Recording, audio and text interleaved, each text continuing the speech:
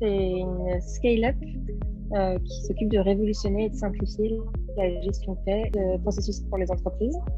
L'objectif, c'est qu'on ait une solution qui soit rapide, intuitive, automatisée et qui permette en fait aux employeurs de gérer facilement et en toute indépendance la paie et les ressources humaines en faisant gagner un temps précieux et aux employés aussi de pouvoir accéder à un espace en ligne dédié.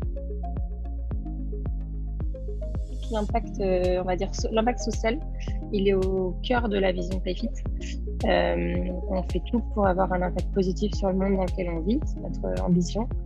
Et c'est d'ailleurs la mission de PayFit, c'est de faire en sorte que les PayFitters soient fiers de ce que nous faisons pour la société, pour préserver l'environnement et aussi pour promouvoir la diversité et l'inclusion. Et en ce qui concerne l'environnement plus spécifiquement, on est tous conscients que c'est pas une question de choix ou de croyance, mais c'est que c'est vraiment le plus grand challenge de notre époque. Et ça passe évidemment par une première étape qui est de comprendre notre propre impact environnemental pour mieux pouvoir l'évaluer et l'améliorer derrière. Alors, dans le choix de comment on allait adresser le sujet de faire notre bilan carbone, on s'est rendu compte qu'aujourd'hui, il existe un peu deux écoles.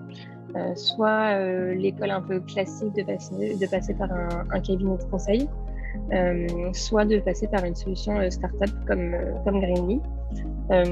Et en fait, dans cet aperçu de ces deux solutions, on s'est rendu compte qu'en fait, les deux ont des avantages et des inconvénients. L'avantage des cabinets de conseil, c'est qu'il y aura toute une partie accompagnement, ce sera peut-être plus détaillé, mais c'est aussi plus coûteux, ça prend plus de temps versus une startup qui va le faire plus rapidement. Et nous, ce qui nous intéressait, en tout cas pour ce premier bilan, c'était justement d'avoir un aperçu assez rapide de notre impact pour pouvoir commencer à agir vite.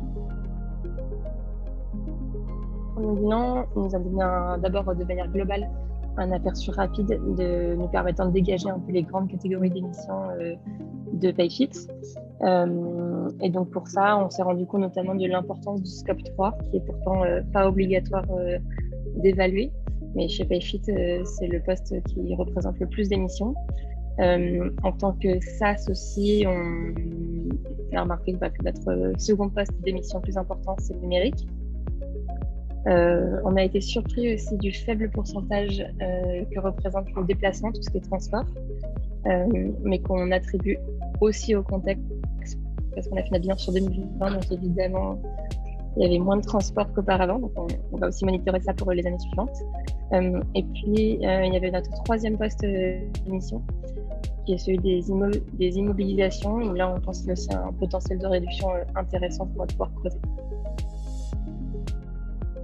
La définition du plan d'action est en cours.